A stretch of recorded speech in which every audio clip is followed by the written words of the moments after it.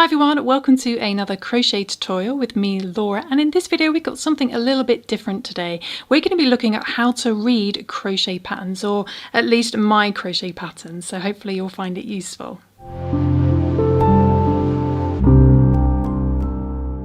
So a little example I've got here is a written pattern on my website, happyberry.co.uk, if you want to go check it out, free crochet pattern, and it's for my little succulent plant. So we're going to go through this project. We're not going to do the project, this isn't a tutorial for actually to make the succulent, but I want to talk about the stitches and things you'll see in a written crochet pattern and how you can take video tutorials and things you see in video tutorials and finally make that step to moving towards understanding a written pattern. So this is usually the front cover, which talks about the sort of materials and the size and this, that and the other.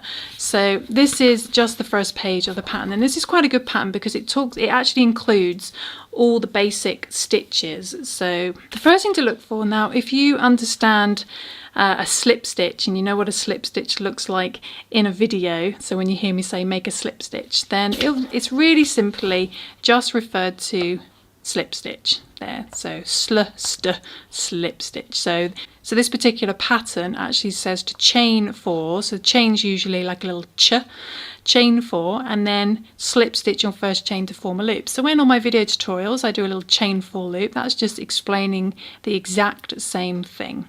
And then it will tell you crochet 6 single crochet, so a little SC into the loop, and then slip stitch into that first single crochet. So the single crochet stitch is referred to in US terminology as an SC, single crochet. So single crochet is equal to the SC. So in UK terminology, that's going to be a DC, a double crochet in UK terminology. So this is US terminology. This is one of the issues I have a lot with other people's crochet patterns, is they never seem to state, I'm not saying all of them, they never seem to state what terminology the pattern is in. I've found this a lot with UK crochet patterns, especially with ones in like shops and stores when you go out, and you just kind of have to assume they're in UK terminology because you're buying it in the UK, but you just don't know, and it's not until you go through the pattern you might happen upon an SC that you think, right, that is an indicative of it being a US pattern, because in the UK terminology we don't have this SC, we go straight to the DC. So that can be really confusing. So what I do like to do is always put this pattern is in US terminology, so it immediately tells you what terminology you need to be working with. And I also add a little conversion chart as well for the basic stitches.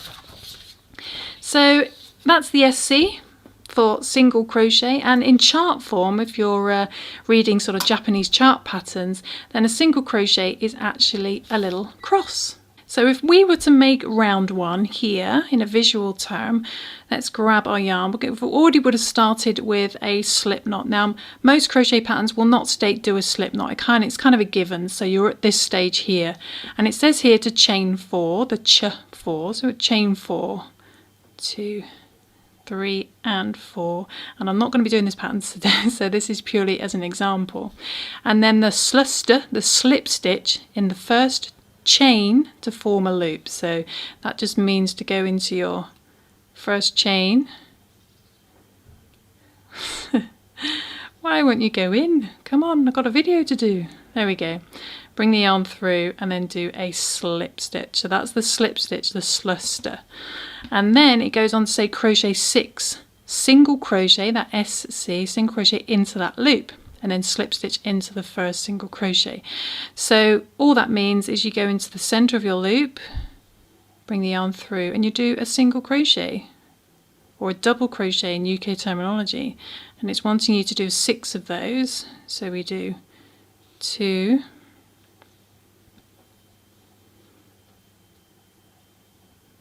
3, 5 and 6, and then it said to slip stitch in the first single crochet. So you find your first single crochet and you slip stitch into there, you do a sluster into there.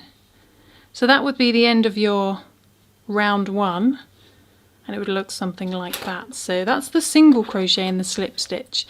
And then it goes on, in this particular pattern it says just to work into the front loops only. So that's when you normally go into a stitch under both loops like this. So you're just going to go under that front loop only. So it'll usually tell you in a crochet pattern which part of the stitch to work in. So just for this round in front loops only, it wants you to start in the same stitch as your previous slip stitch, and it wants you to work one single crochet, which we've learned, and then one double crochet. So a DC is a double crochet. So a double crochet, in US terms, double crochet is a DC. We know this pattern's in US terminology, but in UK terminology that's going to be known as a treble, and it will look like a TR, like so. And then if you're looking at a chart form, it's going to look something like this. It'll be like a little long elongated T with a dash through it. So if it was to say a half double crochet, it would be an HDC, H being for half double crochet. Half double crochet, and in UK terminology that would read as a half treble, so it'd be HTR, and in chart form that would just be a T, it wouldn't have a dash through it. So that's the difference there. So then it goes on to chain 2. So we've learnt that the chain means a CH, slip stitch on top of previous double crochet in the next stitch. And then when you get these brackets though, you see these little brackets here. In my patterns, that usually means it's kind of something you have to do all in one stitch. So where it says in brackets 1 double crochet, 1 single crochet, slip stitch, it's put it in a bracket because it wants you to do it just in the one stitch. So that's why you see things in brackets. And when you get these little asterisks, those little stars, it says repeat from this star to this star until you get to the end, or it might say something like until you get to the last 2 stitches or the last 5 stitches, then it'll want you to do something else. So when you get to that point, it just means go back to where the first little star appears. It's got some brackets, so you know to do the single crochet, double crochet, chain 2 and the slip stitch all in the same stitch in the next stitch, and then it's doing the same thing there, and then it's like you get to the end with the little star at the end, so you know to repeat from there to there. Just keep doing that over and over until you get to the end, and then it tells you, should give you a stitch guide, or it will give you some kind of indication of what it should look like, 3 petals, or it might not say anything at the end if it's kind of irrelevant and it doesn't really make any difference to you understanding the pattern. So, and then for round 3, it's then saying, so we only worked in the front loops there, so then we need to go into the skipped back loops.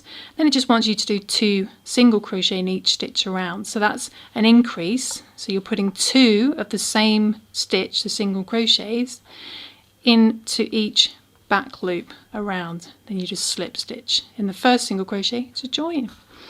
And then obviously patterns can get more intricate. It's asking you to work into the front loops again, and where to start in the same stitch. And then we've got a little star there, so we know we're going to have a repeat going on here.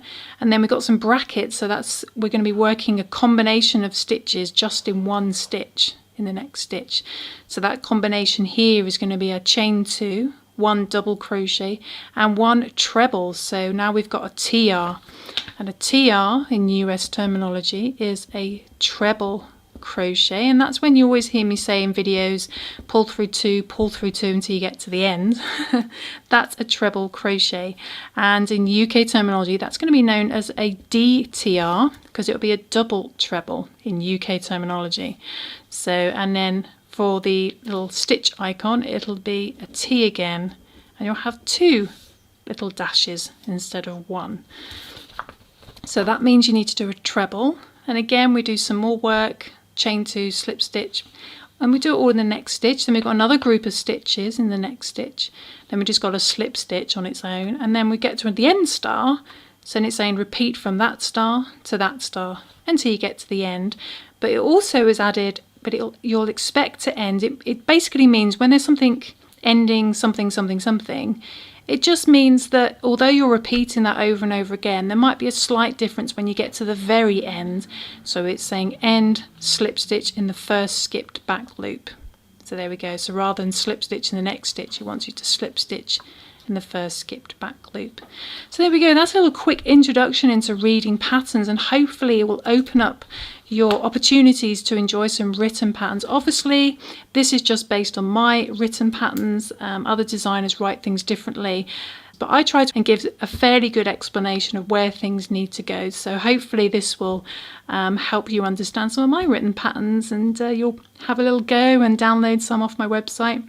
One thing I will add, this is obviously only relevant, this is just a small little sort of amigurumi succulent plant pattern, but if you're working with clothing crochet patterns, then you will have different sizing and how that appears in the pattern. You will usually have something at the top which will have, say, some random numbers like this. Then you'll have some sort of, I'm just making this up now, so